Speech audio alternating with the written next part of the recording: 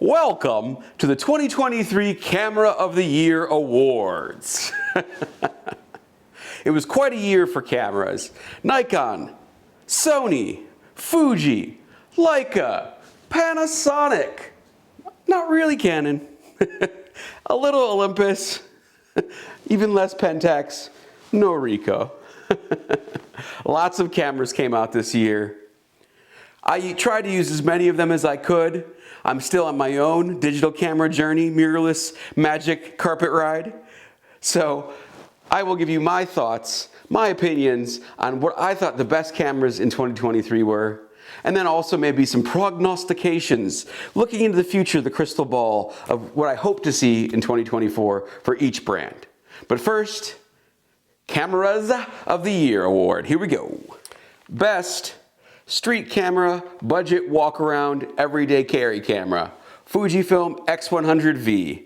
You can't get one new. You can't really even find them in stores. You gotta pay a crazy price over retail.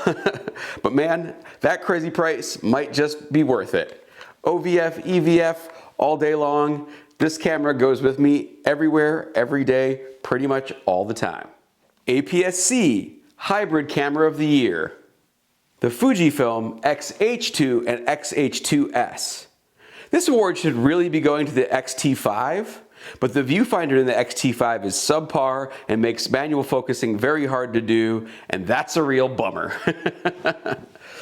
The new Sony APS-C camera is kind of a sad joke. The A6700 would have you. So I think the king of the mountain for APS-C is still the X-H2 and X-H2S. The X-H2 for higher resolution, sort of in studio, models on the street shooting. The X-H2S for faster shooting and video. This is the way to go if you're going APS-C. So if you watched my S5 versus Fuji X-H2S comparison and initial impressions video, this will probably be no surprise. Bit of a late entry. I actually didn't get around to trying this until 2024, but I think right now the Panasonic S5 2X is the best value hybrid camera on the market. Better than the Sony A7 IV, better than the Sony A7 CR, and better than the Fujifilm X-H2 and X-H2S. In part just because of the price, but also because of the functionality, the customizability, just the overall horsepower of this little guy for the price is totally incredible. For the best full frame, budget is no option, high-end camera, the award goes to the Sony A7 R5. It edged out its competition, the A7 CR, only because it has 2 card slots, a better viewfinder, and the best flippy, tilt out, do everything you would want it to do screen. I don't have it here because I have the GFX 100, but if you don't want to go medium format and you want a fast shooting, high resolution camera, you really can't beat the Sony A7 R5. The most improved award for 2023 goes to Nikon. They released the Z8 right after the Z9. They had a near miss, an almost perfect classic retro camera in the ZF or the FZ. That camera, man, if it was just a little bit lighter, maybe the size of the ZFC, but all metal brass construction like the ZF. It had a joystick, a better viewfinder, a shutter that covered the sensor, and 2 card slots.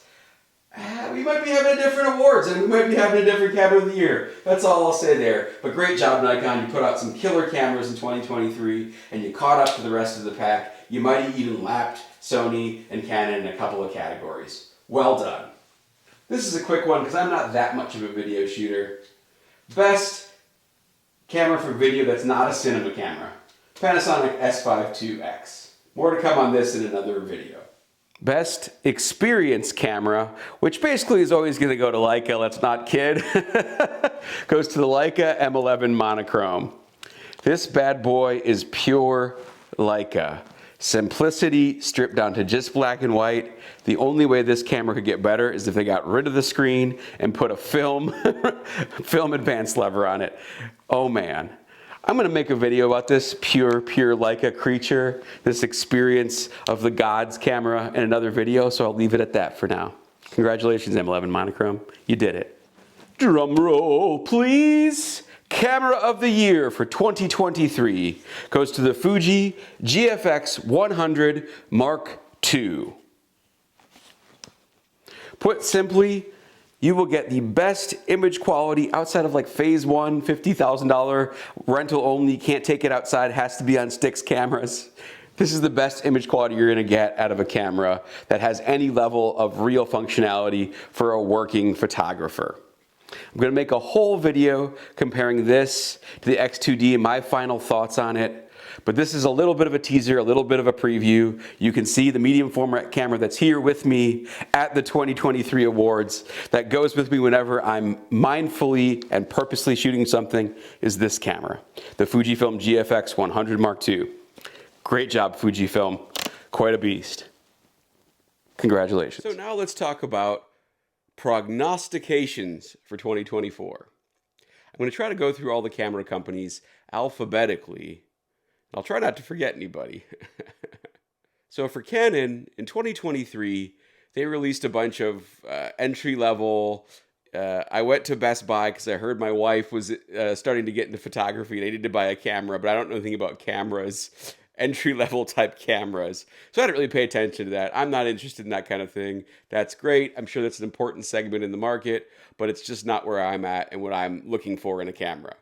So hopefully, in 2024, Canon will release something more interesting.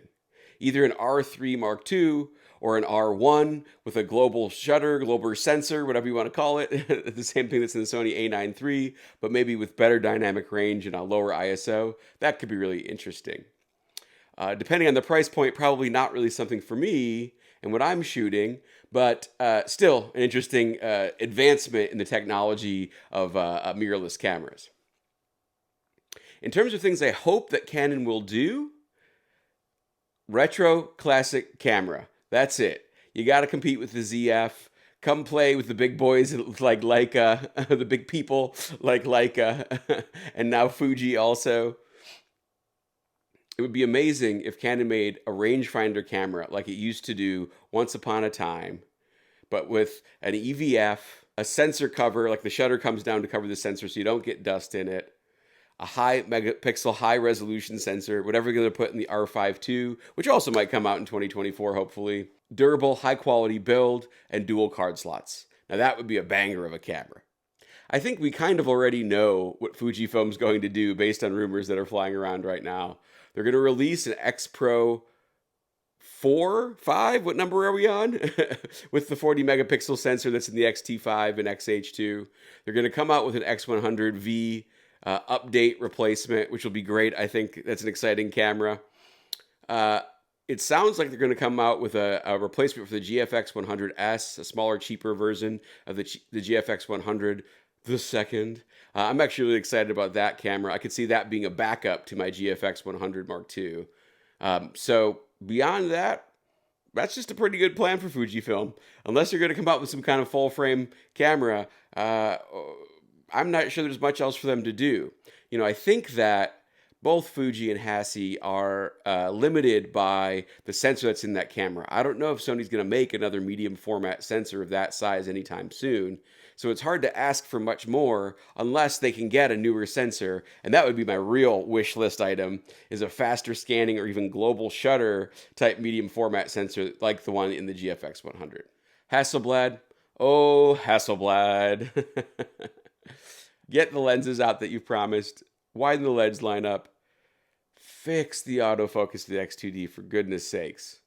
But what I would really like to see from Hasselblad, besides improved customer service, and maybe just selling themselves to Leica, is a remake of the 907, and I think it's the 907X, the Moon edition also. Give me that back that I can attach to my 500 CM. That will get me back into your medium format digital system. That could be really interesting. L is for Leica. I think that Leica will come out with an SL3, and I'm pretty excited about that camera. I love the build quality and the image files coming out of the SL2 and SL2S. I love that they come out DNG, so there aren't any program compatibility issues. But the autofocus on those cameras and just the overall slowness of performance on those cameras was terrible. I'm going to make another video about this. Maybe when the SL3 comes out, maybe before. But in that video, I'll share some files of misses that I had with that camera. And I even tried the Panasonic S1R and had the same problem. It just wasn't usable in real world situations for me. So if the SL3 has the same autofocus as the S5 II X and S5 II, and I imagine the Leica Q3, that's going to be a really interesting camera for me. That might replace the S5 IIX I'm filming this part on, maybe some other cameras as well. So that's a really, really compelling thing. More on that in a future video. And then, dream wish list prognostication for 2024 for Leica. If they come out with a medium format camera, oh boy, that might be the dream camera, the perfect camera for me. Depending on the size of it, I might be able to sell everything if that thing shoots video too, and just shoot with that. So that would be, put a medium format sensor in the SL3 body size, or heck, just make the SL3 a medium format camera, and we're gonna dance. We're gonna dance like a. In all likelihood, however, I think that camera is probably a year or two away, so I'll probably be using the GFX for that kind of work, which is most of my work these days, until then. Another thing that maybe is a wish list thing, but the close focus functionality of the new 35 and I think 50 Sumo Luxes does make me wonder if they're going to do it. Would love to see an M camera that has a switchable viewfinder like you see in the Fuji X100 and the X Pro series, where you can have the OVF and you'd obviously have the real manual focusing on that camera, but then the lever, instead of giving frame lines maybe, would switch over to an EVF. That would be pretty freaking cool. I would also take a long, hard look at an M camera with just an EVF in it also. That could be an interesting thing. It would probably get me to buy a color M camera. I've been focusing on the M11 monochrome, as you saw. But I think that could be really interesting. Having like the EVF color guy that's a little bit more modern, with the modern like a color science in it, which I still need some convincing on that, honestly. And then have the M11 monochrome for the more pure Leica experience with just the OVF, or heck, even make an M11D, go all the way, get rid of the screen, just have the OVF, film advanced lever, pure Leica magic. Just some thoughts. Leica, come on, baby, just give me all the cameras. Give me all the cameras. Just take my money. Here's my wallet. Take my money, Leica. Nikon. I've got more to say on the Nikon ZF. More on that in a future video. Some things have changed since I shot the first clip in this video about Nikon. Again, more on that in another video.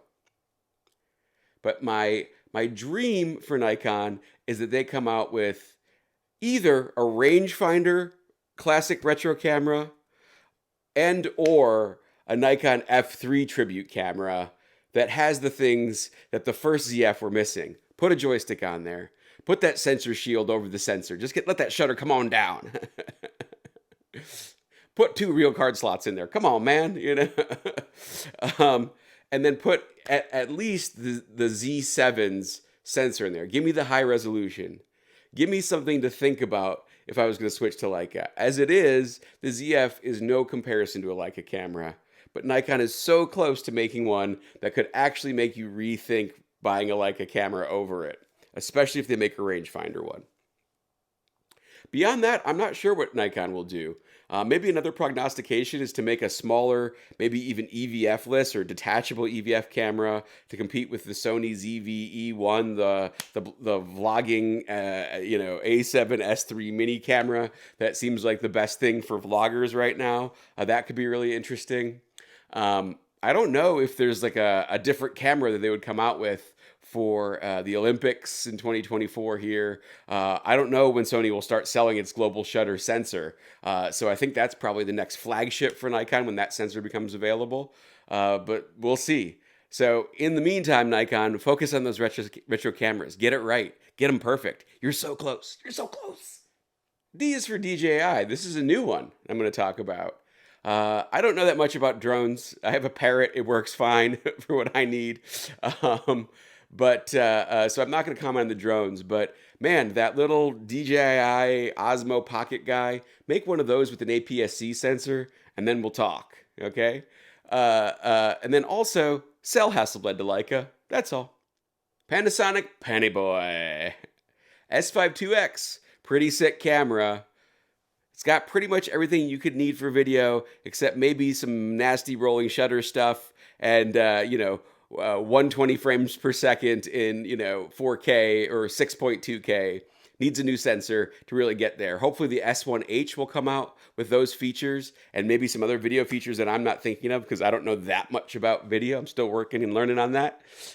I would also love to see the S1R come out, being a poor man's or a middle class man's SL3. That could be really interesting.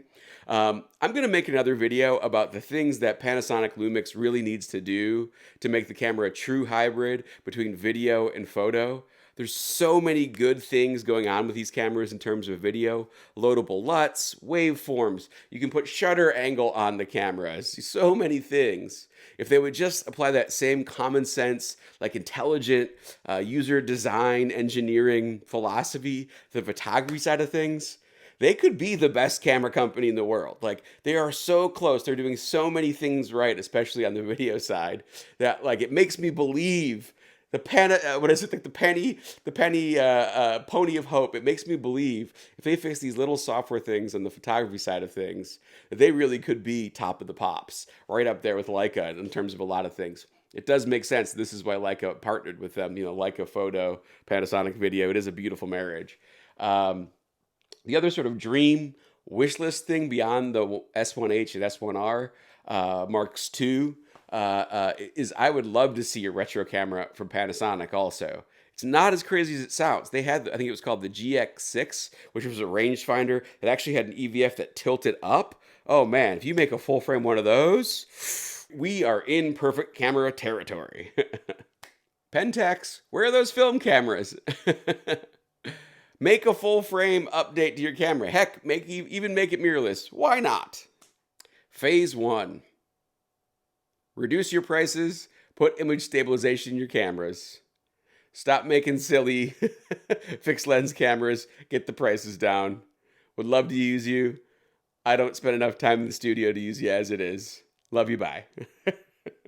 Rico, if you make a monochrome GR3 camera, I'll probably buy it. Sony, this is another one where I think we know what they're going to do. The A9 III is coming. It'll be interesting to see if an S1 comes with like a higher resolution global shutter sensor that they're keeping in their back pocket to really royal up Canon, I think. In terms of wish list, I feel like the A7CR is kind of like the Nikon ZF. It was so close to being such a perfect camera. If they could release maybe even more retro version of that with better build quality, same thing, joystick, put that A7R full tilty flippy, does everything screen on it, 2 card slots. That's another like perfect camera contender. Come on, Sony. Instead of making 10 cameras, just make one really good one in 2024. I almost forgot Olympus OM system, whatever it's called now. I didn't use any of their cameras in 2023. Haven't done a lot with Micro Four Thirds, although I would love to see a GH6II from Panasonic and something similar from Olympus. But really, the only thing I have to say to OM system is remake the Pen F. I think that's about it. Did I miss anything? What do you think? Are there any other cameras that you think are coming out from the major brands?